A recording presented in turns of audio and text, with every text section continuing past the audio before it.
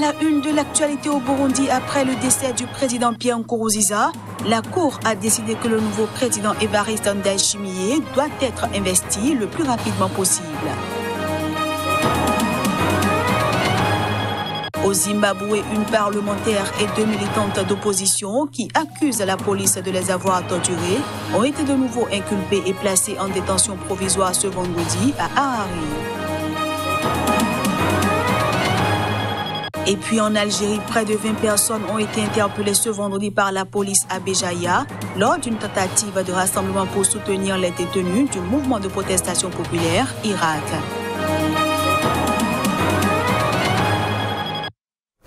Voilà pour le sommaire. À toutes et à tous, bienvenue.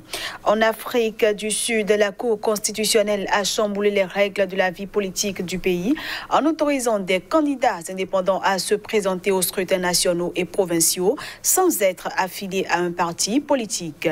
Une décision qui ordonne au Parlement de réviser les règles électorales dans un délai de 2 ans.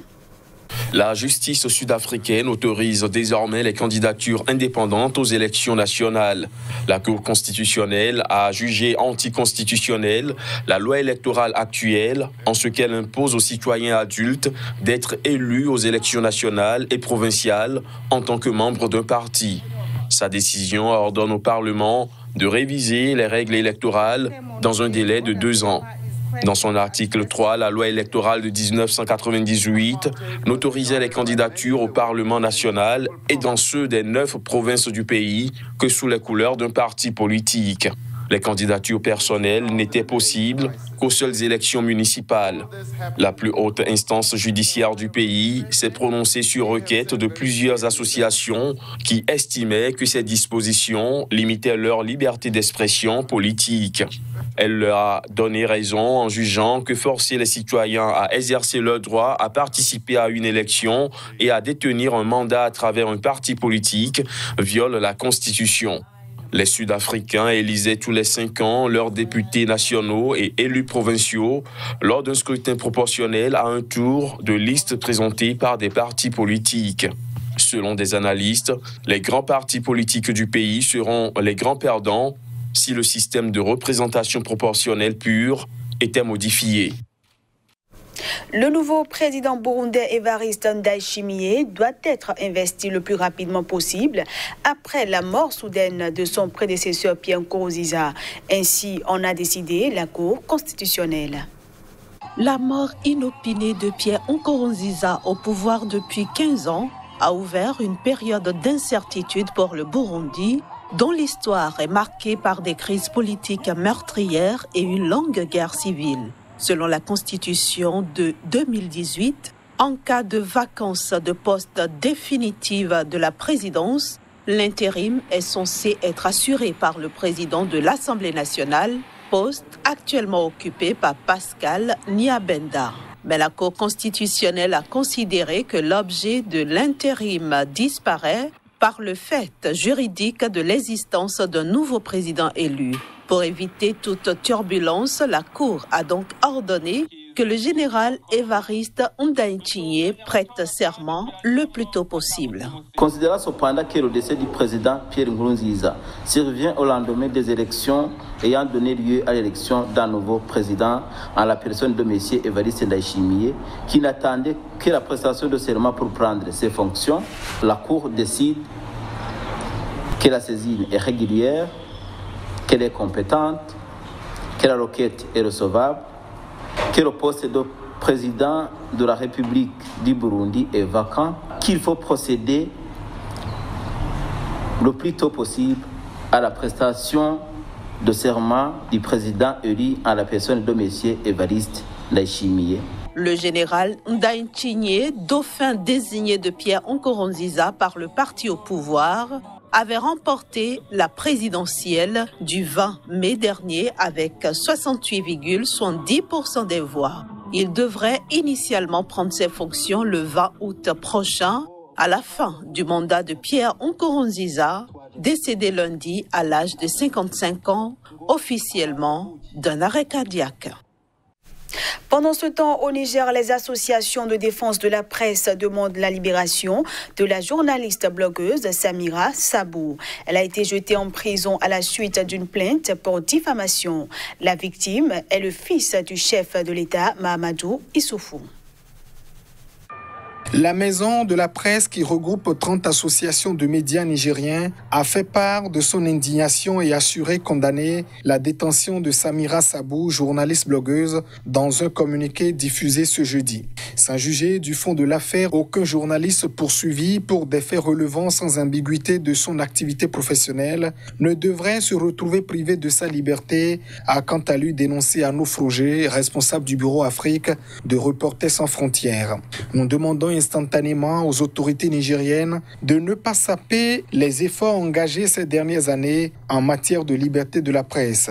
Cette journaliste doit être libérée, conclut-il. Samira Sabou a été placée sous mandat de dépôt mercredi après une plainte pour diffamation déposée par le fils et directeur de cabinet adjoint du président Mahamadou Issoufou, Sani Mahamadou Issoufou. Dans un post sur Facebook en date du 26 mai, elle accuse un homme d'affaires ami du fils du président de la République de capter les marchés du ministère de la Défense au nom du fils du patron. L'affaire des surfacturations fait grand bruit au Niger après la diffusion sur les réseaux sociaux d'extraits d'un rapport d'audit sur ces irrégularités. D'après ces extraits, ces malversations portent sur des centaines de millions d'euros. Le scandale a d'autant plus choqué l'opinion qu'entre décembre 2019 et janvier 2020, près de 200 soldats nigériens ont été tués dans des attaques djihadistes.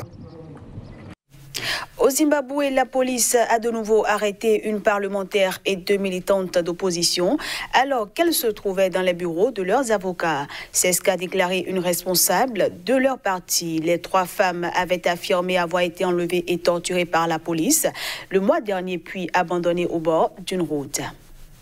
La députée Joanna Mamombe et les 2 autres membres du parti MDC qui avaient été inculpés de participation à un rassemblement ayant pour but de causer des violences publiques, ont de nouveau été arrêtés au cabinet de leurs avocats. L'information émane de la porte-parole du mouvement pour un changement démocratique, Fadzai Maere. Les 3 militantes ont été conduites au principal commissariat de police d'Harare, où elles ont été placées en détention après avoir été accusées d'avoir simulé leur enlèvement, selon la porte-parole du MDC. Joanna Mamombe, Cecilia Marova et Ntsai Chembiri avaient été hospitalisées le mois dernier avec diverses blessures à la tête pour Joanna Mamombe, des fractures osseuses pour Ntsai Chembiri et un anus déchiré pour Cecilia Marova, selon leurs examens médicaux. Il y a 2 semaines, les 3 femmes qui avaient été inculpées sur leur lit d'hôpital pour avoir participé à une manifestation dans un quartier pauvre d'Harare se sont vus accorder une liberté sous caution de $1000 zimbabwéens, soit $40. Le MDC accuse sur la foi de leurs témoignages la police de les avoir arrêtés, frappés et torturés, ce que les forces de sécurité nient catégoriquement. Ces nouvelles arrestations sont intervenues alors que des experts de l'ONU ont appelé le Zimbabwe à mettre fin aux enlèvements et à la torture d'opposants. En Algérie, 12 personnes ont été interpellées ce vendredi à Béjaïa, dans le nord-est du pays. C'était lors d'une tentative de rassemblement pour soutenir les détenus du Irak, mouvement de protestation populaire. Mais selon le porte-parole du Comité national pour la libération des détenus, 11 personnes parmi celles qui ont été arrêtées ont été relâchées après avoir été retenues pendant plusieurs heures. Sur les 12 personnes interpellées vendredi à Béjaïa, dans le nord-est de l'Algérie, lors d'une tentative de rassemblement pour soutenir les détenus du mouvement de protestation populaire, seuls restaient en détention dans la soirée Merzoug Touati, journaliste et militant connu du mouvement Irak. Les 11 autres ont été relâchés après avoir été retenus pendant plusieurs heures. Répondant à des appels lancés sur les réseaux sociaux pour manifester devant la Maison de la Culture de Béjaïa, ils s'étaient tous rendus avec d'autres manifestants sur ces lieux qui étaient déjà encerclés par la police. Ceci dans un contexte où toute forme de rassemblement politique, religieux, culturel ou sportif est strictement interdite depuis mi-mars en Algérie en raison de la pandémie du nouveau coronavirus. Après plus d'un an de mobilisation, des figures et les organisations proches du Irak avaient appelé elles-mêmes à suspendre temporairement les marches et les rassemblements tant que sévirait la pandémie, ce qui n'a pas empêché des mobilisations sporadiques de reprendre ces dernières semaines dans tout le pays, notamment à Kabylie. Ces manifestations réclament l'arrêt des poursuites judiciaires et la libération des militants de la contestation. Selon un dernier bilan, une soixantaine de détenus d'opinion est actuellement incarcérée, la plupart pour des publications sur Facebook. Pour finir cette édition, le Nigeria, mis sous forte pression par la tempête économique, a fini par décréter la fin des subventions au carburant. Une mesure censée abolir un régime favorisant la corruption et attendue de longue date par le secteur pétrolier, dubitatif face aux annonces d'Abuja. Ce système décrié siphonnait des milliards de dollars des caisses publiques car le premier producteur de brut africain dispose de seulement 4 raffineries non fonctionnelles et doit importer la quasi-totalité de ce que consomment ces 200 millions d'habitants. Pour acheter la paix sociale, le gouvernement prend en charge une partie des coûts du carburant, permettant ainsi aux stations-service de vendre une essence à des prix très en dessous du marché, 145 naira, 0,32 € le litre, 2 fois moins que dans les pays voisins comme le Bénin. Mais depuis 3 mois, la pandémie du nouveau coronavirus a fait chuter les coûts mondiaux du baril de brut et du même coup les revenus du Nigeria qui devraient entrer en récession avant la fin de cette année. Le gouvernement a donc annoncé la fin des subventions, promettant aux distributeurs ce qu'ils revendiquent de longue date, laisser le marché déterminer les prix à la pompe. À l'avenir, il n'y aura plus de subventions. C'est fini, à marteler ces dernières semaines le patron de la compagnie pétrolière nationale, chargé depuis quelques années d'importer les produits de raffinerie pour le compte des distributeurs. Ces derniers n'ont pas crié victoire pour autant. Malgré ces annonces et la publication d'une circulaire officielle, le gouvernement continue d'imposer une fourchette de prix de vente révisable chaque mois, à charge pour les distributeurs de s'y plier sous peine de voir leur station-service fermée. Nous ne comprenons pas vraiment ce que fait le gouvernement, s'agace le président de la principale association de distributeurs au Nigeria qui regrette de ne pas avoir été consulté. Où sont les forces du marché qui déterminent le prix dans tout cela? Nous maintenons qu'une déréglementation et une libéralisation totale du secteur est la solution, a-t-il soutenu. Fin de cette édition, merci de l'avoir suivi.